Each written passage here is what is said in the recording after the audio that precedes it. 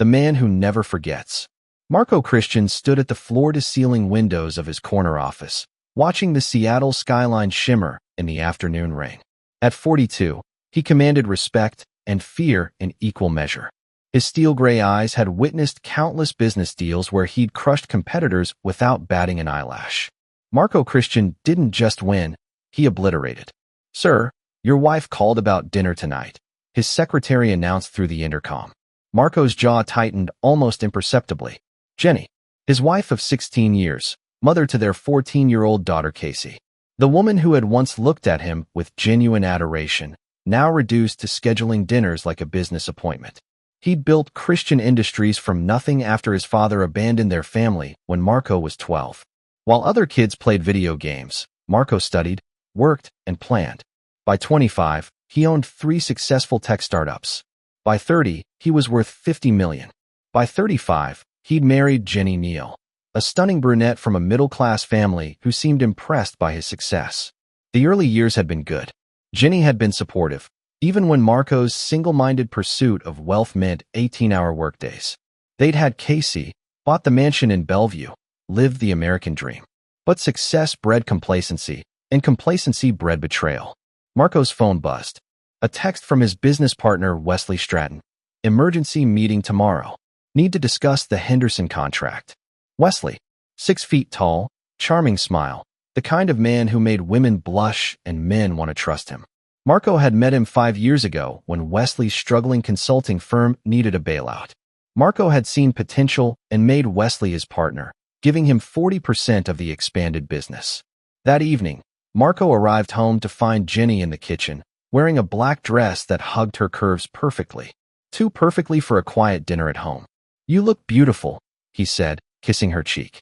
She tensed slightly at his touch. "Thank you. How was your day?" Her voice carried a forced cheerfulness that grated against his nerves. "Productive." Wesley mentioned an issue with Henderson. "Are you familiar with that client?" Something flickered in her eyes. "No, should I be? Just curious. You seem to know more about my business lately than you used to." Casey bounded into the kitchen, her blonde hair, so like her mother's, bouncing as she moved. "Dad, can I sleep over at Melissa Connor's house this weekend?" "Melissa Connor?" Marco's mind filed away the name automatically.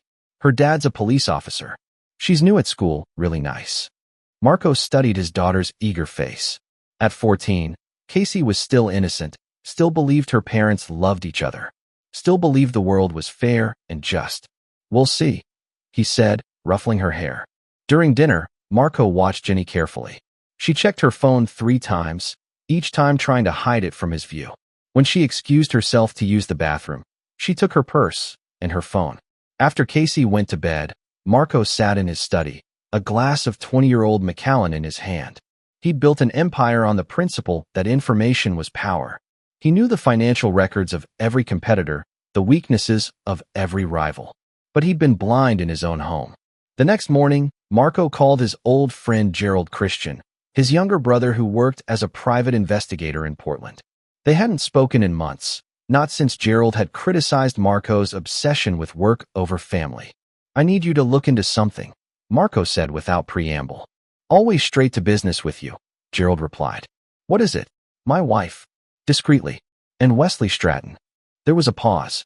"Marco, are you sure you want to go down this road?" "Just do it." Chapter 2. Pieces fall into place. 3 days later, Gerald Christian sat across from his brother in Marco's study, a manila folder between them like a loaded weapon. "You're not going to like this," Gerald said, his voice heavy with regret. Marco's expression remained impassive as he opened the folder. Photos spilled out, Jenny and Wesley at a hotel, kissing in Wesley's car, entering an apartment Marco didn't recognize. The timestamps showed this had been going on for 8 months. "There's more," Gerald said quietly. "They've been planning something. I followed Wesley to a meeting with a guy named Tommy Travis. He's got connections to people who can create new identities, false documents." Marco's fingers drummed against his desk, the only sign of the rage building inside him. "Go on."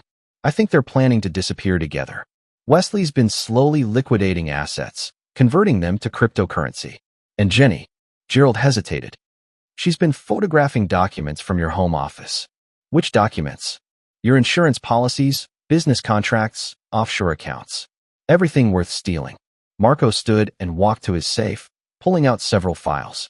He'd noticed they'd been moved slightly, so subtle that most people wouldn't catch it. But Marco noticed everything. How much does Wesley have access to? Through his partnership share and what Ginny's feeding him? Potentially everything. Your entire fortune. Marco's laugh was cold and empty. And my wife thinks she can betray me and walk away rich. With my business partner, no less. Marco, what are you thinking?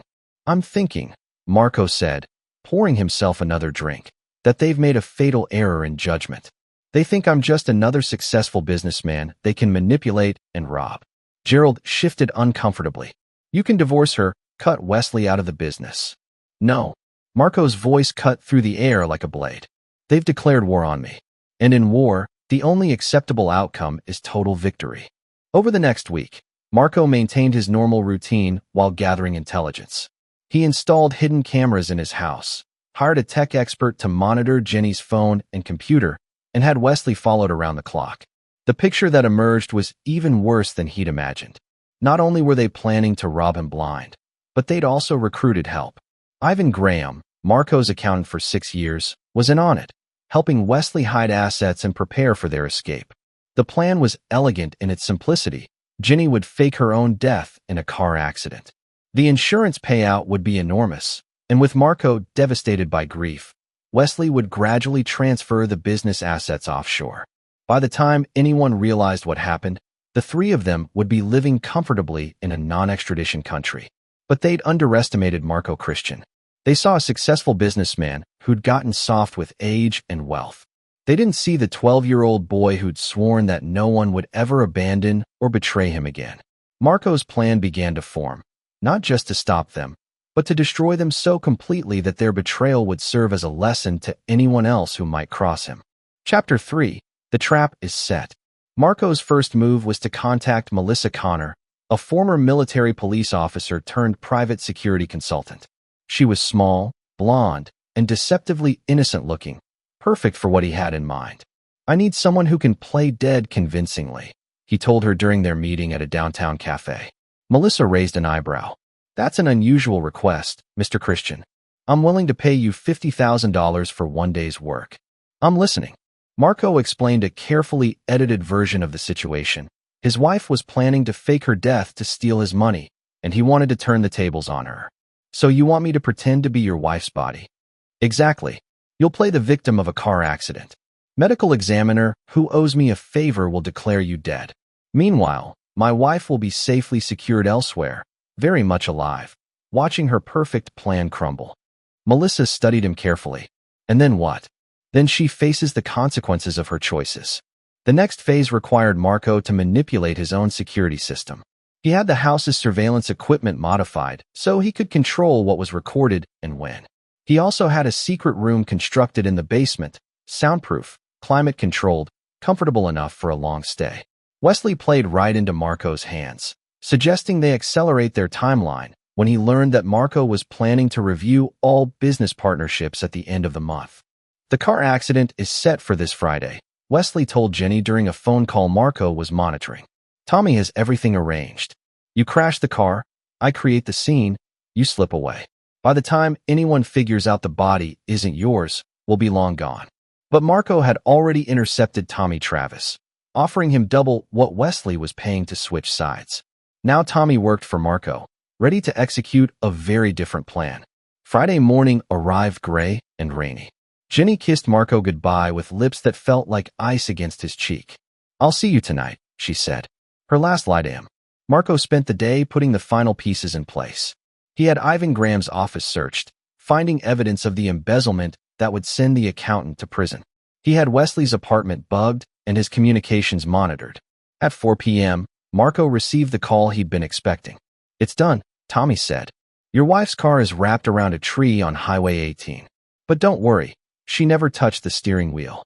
Instead, Ginny Christian was unconscious in the back of Tommy's van, having been drugged during what she thought was a final meeting to coordinate their escape.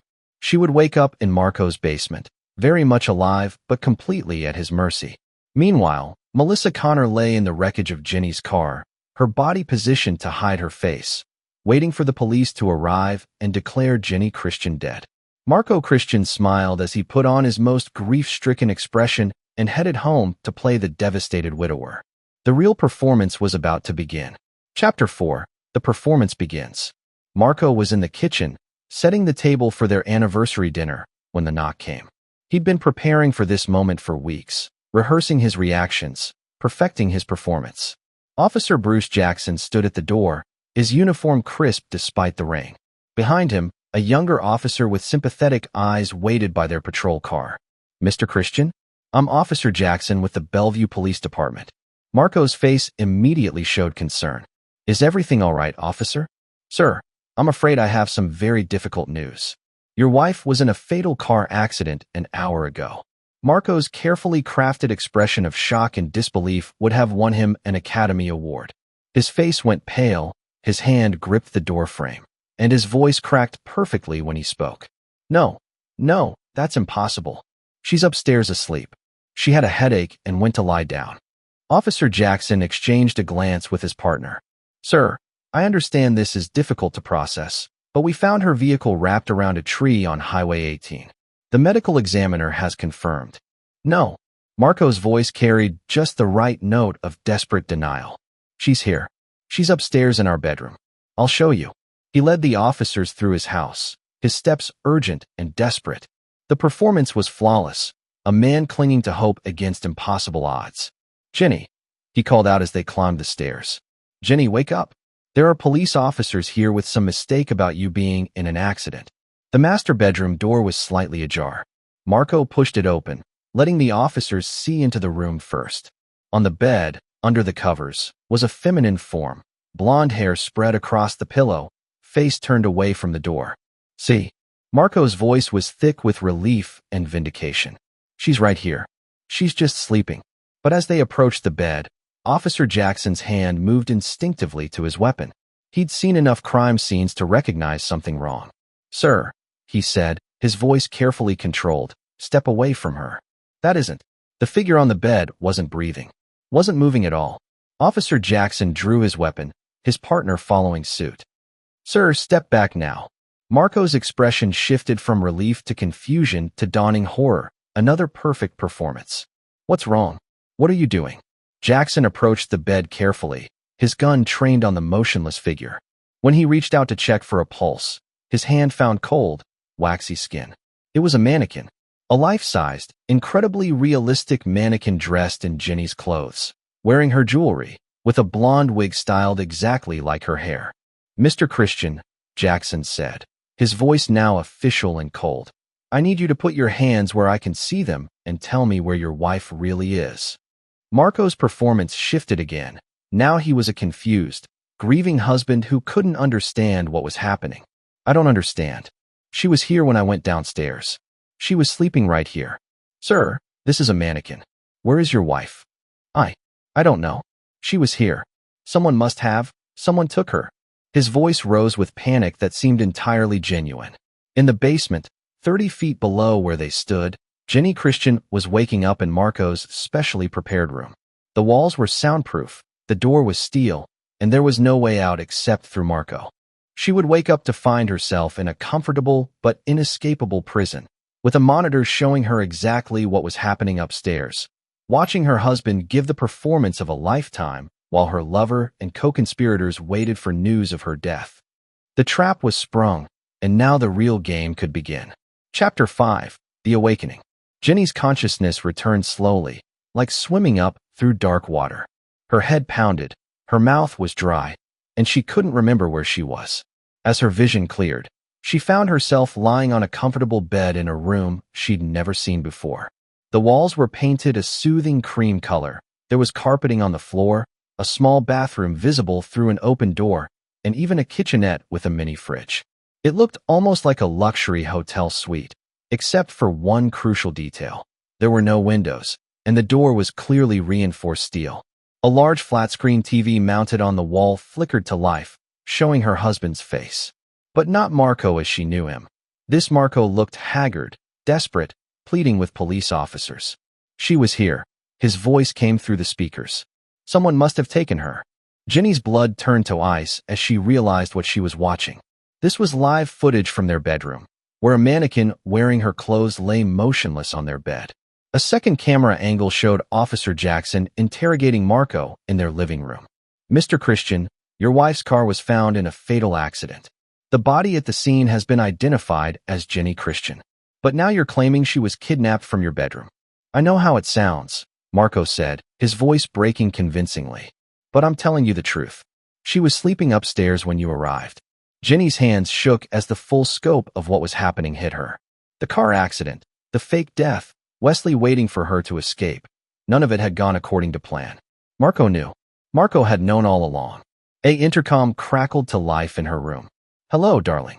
Marco's voice, calm and controlled, nothing like the desperate man on the screen. "I trust you're feeling better? You were unconscious for quite a while." "Marco," she whispered, then louder. "Marco, what have you done? I've given you exactly what you wanted, Jenny. You wanted to disappear, to leave your old life behind. Consider this your fresh start. Let me out of here." "I'm afraid that's not possible. You see, according to the world, Jenny Christian died in a car accident this afternoon. There's even a body to prove it. Well, close enough for the initial investigation." On the screen, she watched Wesley's BMW pull into their driveway. He got out, his face a mask of concern and grief, ready to play the supportive business partner consoling his friend's loss. "Wesley's here," Marco continued through the intercom. "He's come to comfort me in my time of grief. Isn't that touching? The same man who's been sleeping with my wife has come to offer his condolences." Jenny watched in horror as Wesley embraced Marco at the front door, both men playing their roles perfectly. Wesley had no idea that his lover was very much alive and watching from her underground prison. "You're insane," Jenny said. "I'm thorough," Marco corrected. "Did you really think you could steal 16 years of my life, rob me blind, and just walk away? Did you think I'd never find out about the offshore accounts, the false identities, the insurance fraud?"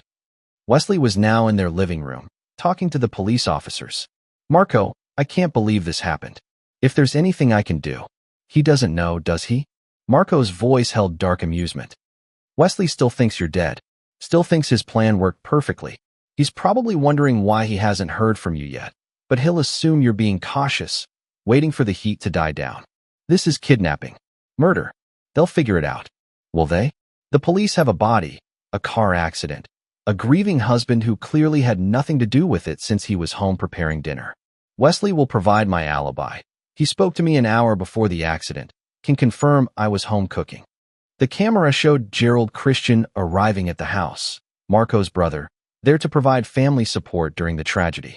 Jenny had always liked Gerald, thought he was the more reasonable of the two brothers.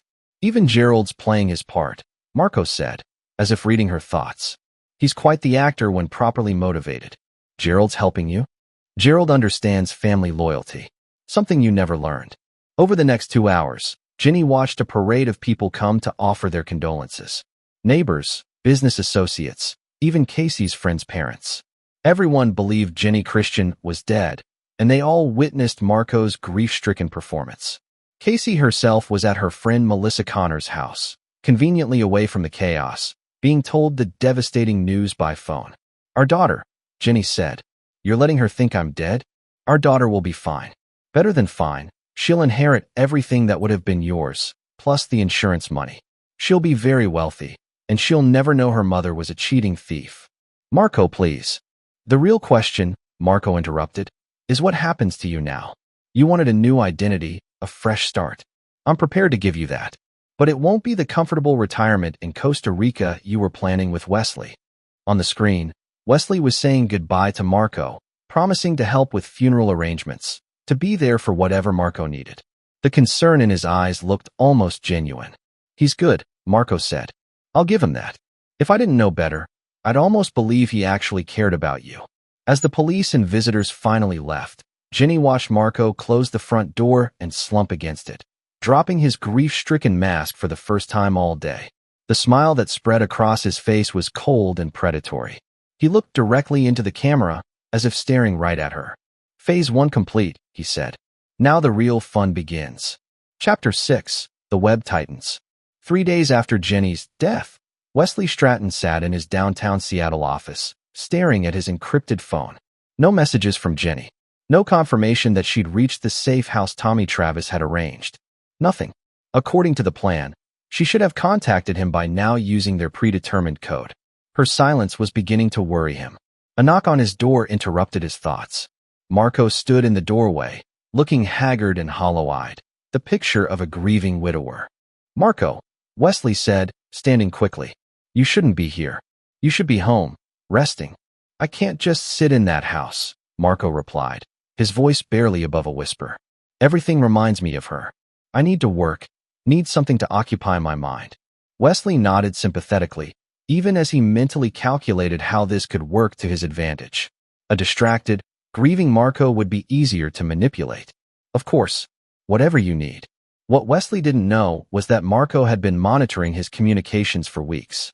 Every encrypted message, every phone call, every meeting with co-conspirators, Marco had seen it all. In her underground prison, Ginny watched the interaction on her monitor, seeing Wesley's false concern for the husband of the woman he claimed to love. She'd been watching for 3 days now, seeing how easily he slipped into his role as the supportive friend. Quite the performance. Marco's voice came through her intercom. "I'm almost impressed by his acting ability." "Almost. He doesn't know where I am," Ginny said. "He thinks I escaped." "Yes, he does. And that uncertainty is eating at him. Watch his hands. See how he keeps checking his phone? He's desperate for word from you." On the screen, Wesley was indeed fidgeting with his phone, stealing glances at it whenever he thought Marco wasn't looking. "Marco," Wesley said carefully, "I know this is difficult, but have you thought about the business? The Henderson contract still needs attention, and there are some financial decisions that can't wait." "I trust you to handle it," Marco said. "You've been such a good friend, Wesley. I don't know what I'd do without you." Wesley's smile was warm and genuine, or at least, it would have seemed genuine to anyone who didn't know what Marco knew. "We'll get through this together," Wesley said. "Ginny wouldn't want you to give up on everything you've built." "You're right," Marco agreed. "She'd want me to fight, to keep building the empire we started together." That afternoon, Marco's next move began. Ivan Graham, the accountant who'd been helping Wesley embezzle funds, received an unexpected visit from federal agents investigating financial irregularities at several Seattle businesses. "Mr. Graham," Agent Stephanie Hogan said, sitting across from Ivan in his office, "we've received information suggesting that several business accounts have been manipulated over the past 6 months." Ivan's face went pale. "I don't know what you're talking about." "Really?" "Because our forensic accountants have found a very interesting trail of transactions. Money moving between accounts, cryptocurrency purchases, offshore transfers, all traced back to companies you manage." Agent Hogan slid a folder across the desk. "That's just the beginning. We've also found evidence suggesting you've been working with others to systematically drain assets from Christian industries." "This is impossible," Ivan stammered. "I would never. The evidence says otherwise. Now, you can cooperate with our investigation and help us understand who else is involved, or you can become the fall guy for the entire operation. Your choice." What Ivan didn't know was that Stephanie Hogan wasn't a federal agent at all. She was another of Marco's hired actors, and the evidence was carefully constructed to look authentic while actually proving nothing illegal on Marco's part. But the psychological pressure was working. Within an hour, Ivan was ready to confess everything, implicating Wesley Stratton as the mastermind behind the embezzlement scheme. In her prison, Ginny watched security footage of Ivan's breakdown with growing horror. "You're framing them," she said. "I'm revealing their true nature," Marco corrected. "Ivan was stealing from me. Wesley was planning to steal millions. I'm simply accelerating the timeline. They'll figure out those aren't real federal agents." "Will they?" "By the time anyone thinks to verify Agent Hogan's credentials, Ivan will have already confessed to multiple felonies." "And Wesley?" "Wesley will be so busy trying to cover his tracks that he won't notice the trap closing around him." That evening, Wesley received a panic call from Ivan. "They know everything. The feds, they have evidence about the accounts, about the money transfers. I think someone tipped them off." Wesley's blood ran cold. "What did you tell them?" "Nothing yet, but they're coming back tomorrow with a warrant." "Wesley, if they trace this back to you." "Calm down," Wesley said, though he was anything but calm himself. "Let me think." But thinking was exactly what Marco wanted Wesley to do. Every moment Wesley spent worrying about the investigation was a moment He wasn't trying to contact Ginny or wondering why their perfect plan had gone silent. On her monitor, Ginny watched Wesley pace his apartment like a caged animal, making frantic phone calls to lawyers and checking his escape routes. "He's abandoning you," Marco observed.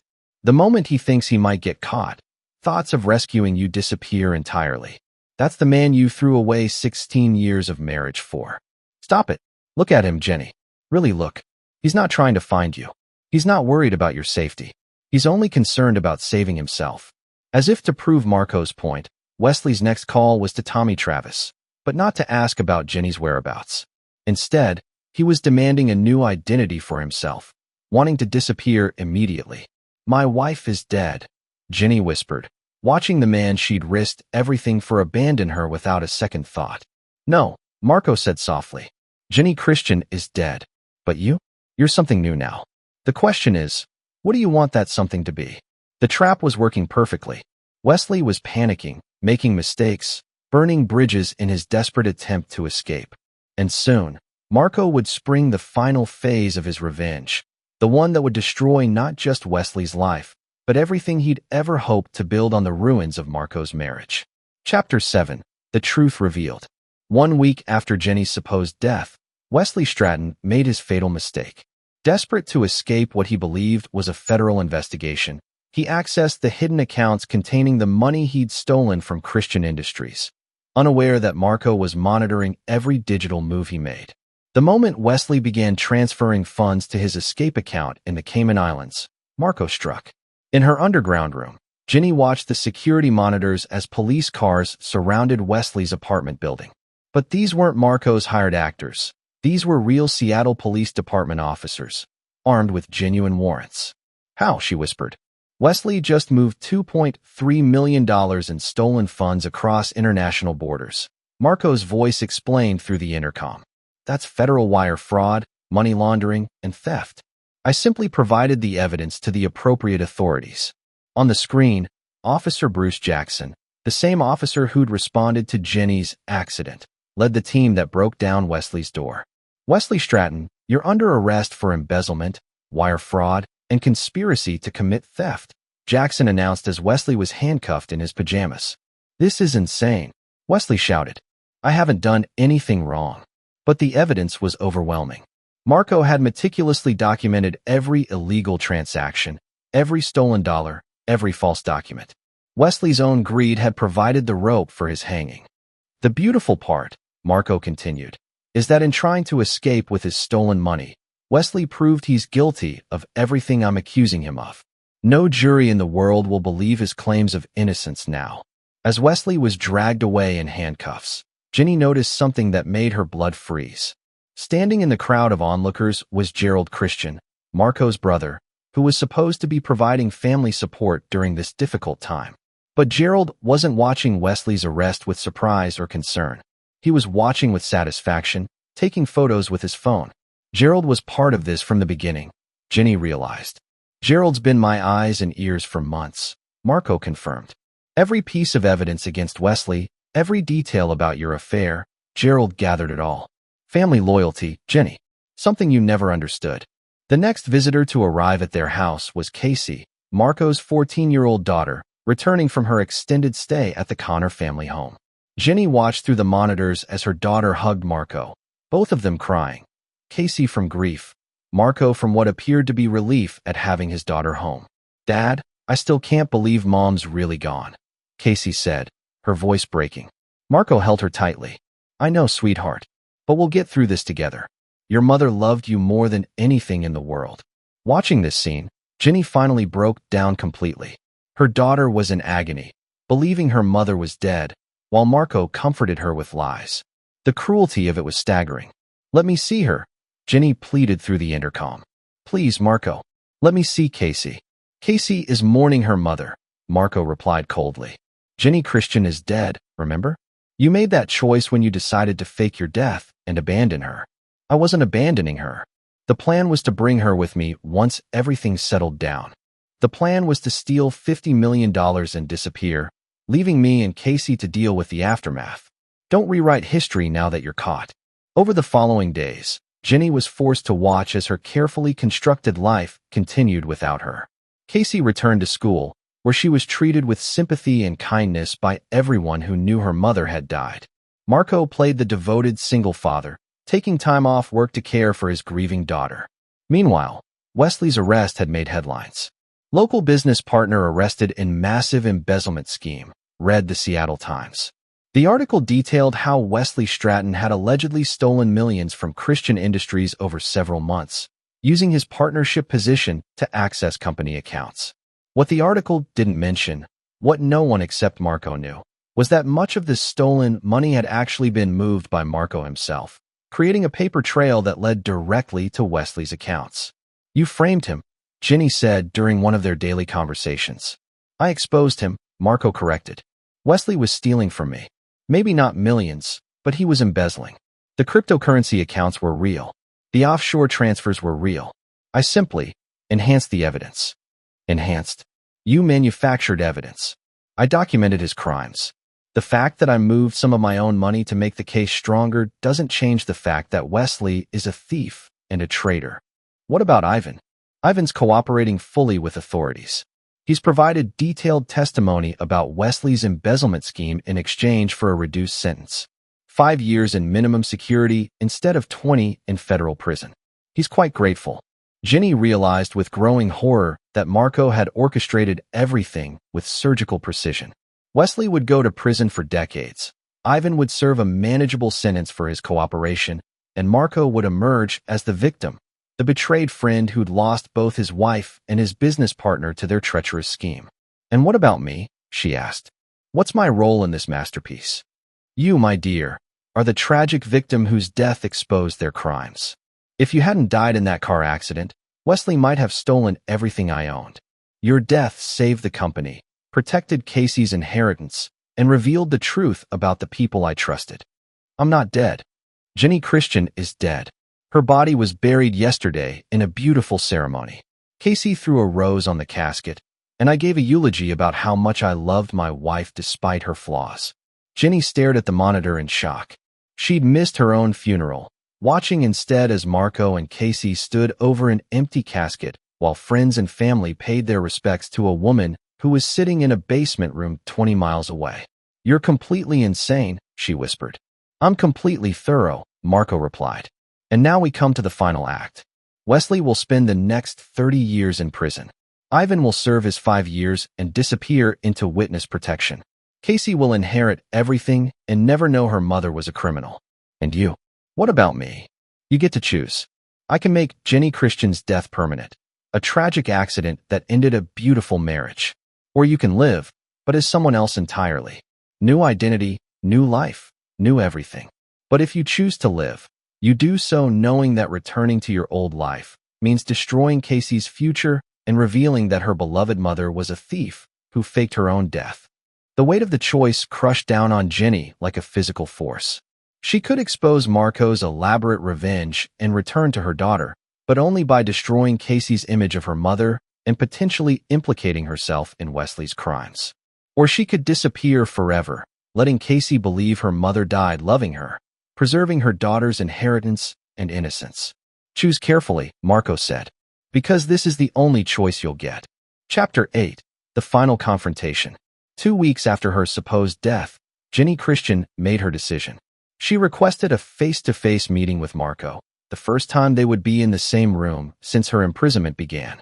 Marco entered her underground room carrying a chair, which he placed carefully across from where she sat on the bed.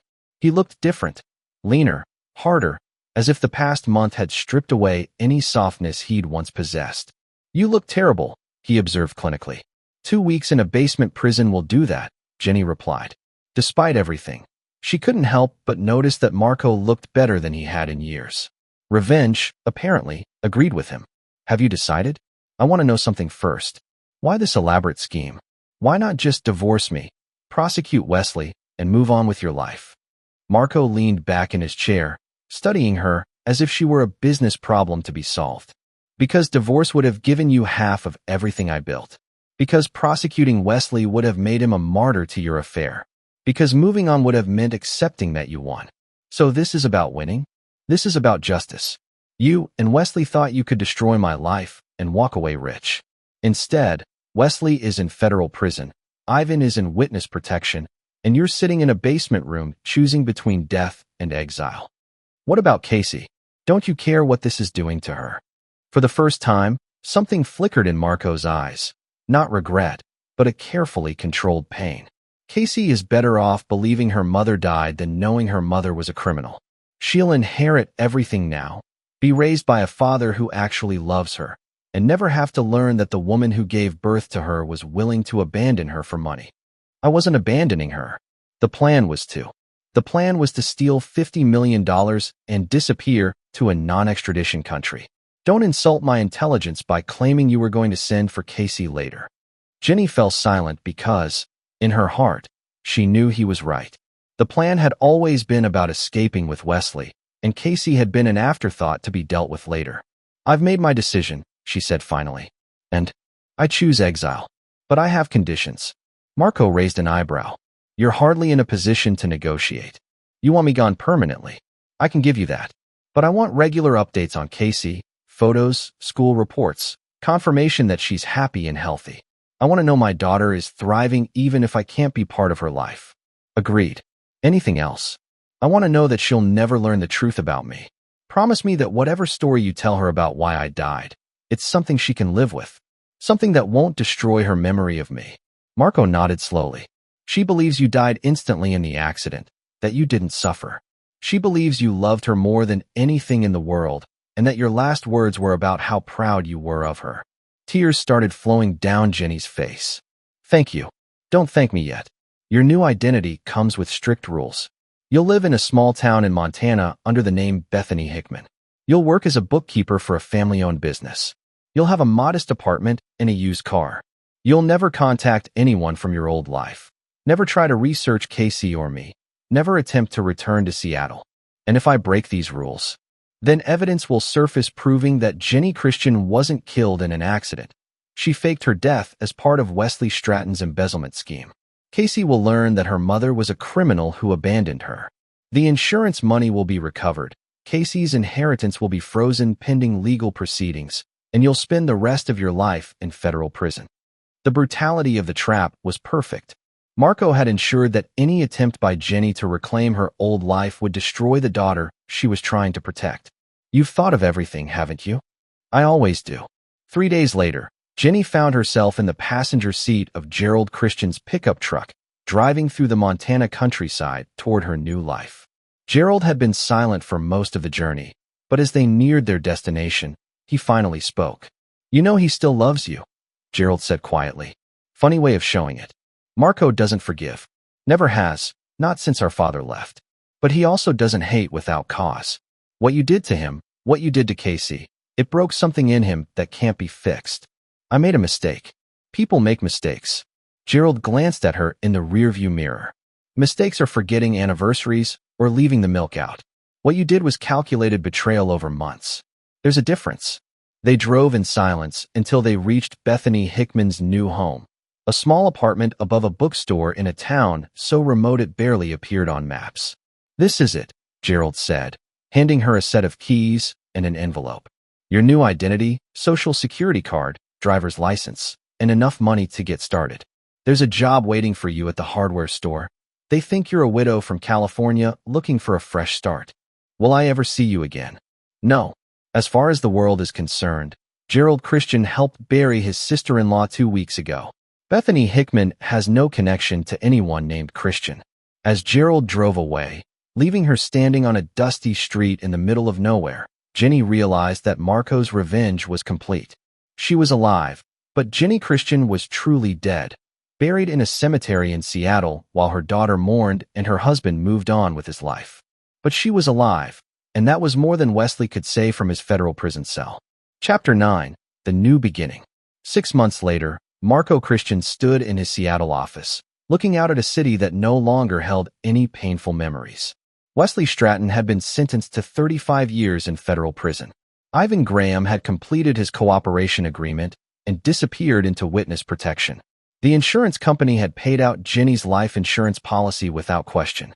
Christian Industries was more profitable than ever, having absorbed Wesley's partnership share and eliminated the systematic theft that had been bleeding money for months. Marco's net worth had actually increased since his wife's death. Casey was thriving. At 15, she'd grown into a confident, intelligent young woman who spoke about her mother with love, but without the crushing grief that had characterized the first few months. She was getting straight A's, had been accepted into a summer program for gifted students, and seemed genuinely happy. "Dad, are you ready for dinner?" Casey asked, poking her head into his office. "Almost finished here," Marco replied, closing the file he'd been reviewing. "Good. I'm making that pasta dish Mom taught me before." She paused, the automatic reference to her mother still sometimes causing a flicker of sadness. "She'd be proud of how well you cook it," Marco said gently. Casey smiled. "I think so too." As they walked to the kitchen together, Marco reflected on how completely his life had been reconstructed. He'd eliminated every trace of betrayal, protected his daughter's future, and ensured that those who tried to destroy him were permanently neutralized. In Montana, Bethany Hickman finished her shift at Rocky Mountain Hardware and walked the 3 blocks to her small apartment. She'd lost 20 pounds. Her hair was shorter and darker now, and she dressed in simple clothes that would have horrified the fashion-conscious Jenny Christian. But she was surviving. The work was honest, the town was quiet, and every month she received an unmarked envelope containing photos of Casey, at school, at home, with friends. Watching her daughter grow up through carefully cropped photographs that revealed nothing about Marco's life. Casey looked happy. That was all that mattered. Bethany had tried, once, to research news about Seattle online. Within hours, her internet service had been cut off, and a man in a suit had appeared at her door with a reminder about the terms of her agreement. She never tried again. Some evenings, she would sit on her apartment's small balcony and wonder if she could have made different choices. If she could have been satisfied with the life she'd had instead of risking everything for something more exciting. But those thoughts led nowhere productive. Jenny Christian had made her choices, and Bethany Hickman lived with the consequences. Meanwhile, in Seattle, Marco had begun dating again. Carefully, selectively, with women who understood that his daughter came first and that he wasn't interested in anything casual. He'd learned to trust his instincts about people, to spot the warning signs he'd missed with Jenny. "You know," Gerald said during one of their monthly dinners, "you could have just divorced her. It would have been simpler." "Simpler isn't always better," Marco replied. "This way, Casey keeps her inheritance, her innocence, and her memories. Wesley and Ivan face actual consequences for their crimes.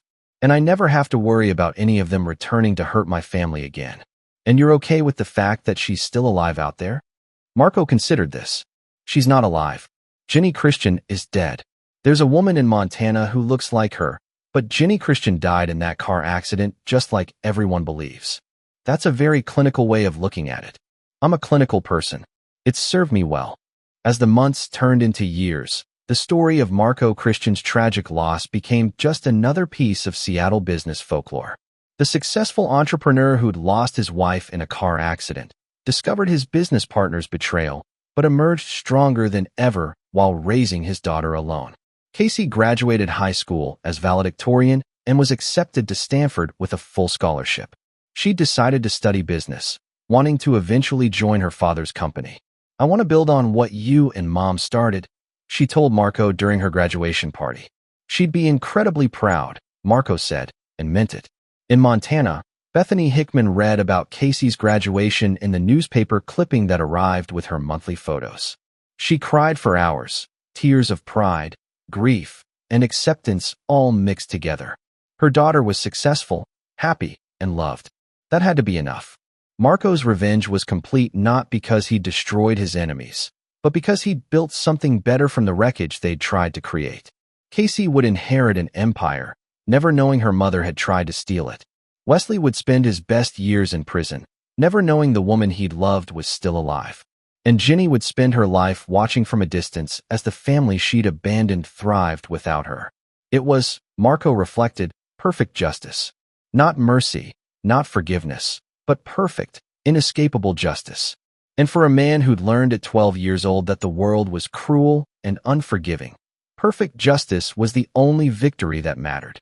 5 years after Jenny Christian's death, Marco stood at his daughter's college graduation, watching Casey accept her business degree with honors. She was beautiful, brilliant, and completely innocent of the darkness that had once threatened to destroy their family. In the audience, he noticed a woman with short, dark hair watching from the back row, wearing sunglasses and a baseball cap. For just a moment, their eyes met across the crowded auditorium. Bethany Hickman had broken the rules one last time, traveling across the country to see her daughter graduate. It was a risk that could destroy everything, but she had to see Casey's triumph with her own eyes. Marco could have had her arrested, could have exposed everything and destroyed Casey's image of her mother forever. Instead, he simply nodded once, an acknowledgement that this moment belonged to both of them, regardless of everything that had come between them. Then Casey was walking across the stage, accepting her diploma, and the moment passed. When Marco looked back, the woman in the baseball cap was gone. Later that evening, as Casey celebrated with her friends, Marco received a single text message from an unknown number. "Thank you." He deleted it immediately and never heard from Bethany Hickman again. Marco Christian had won completely, but he'd also learned that even perfect revenge could contain moments of imperfect mercy. It was, perhaps, the only lesson Jenny had left to teach him. The war was over. The victory was total. And somewhere in Montana, a woman who had once been his wife was learning to live with the consequences of betraying the one man who never forgave and never forgot. But their daughter would never know any of this. Casey Christian would inherit everything, believing her parents had loved each other and that her mother had died believing in her daughter's potential. In the end, that was the only victory that truly mattered. This is where our story comes to an end. Share your thoughts in the comments section. Thanks for your time.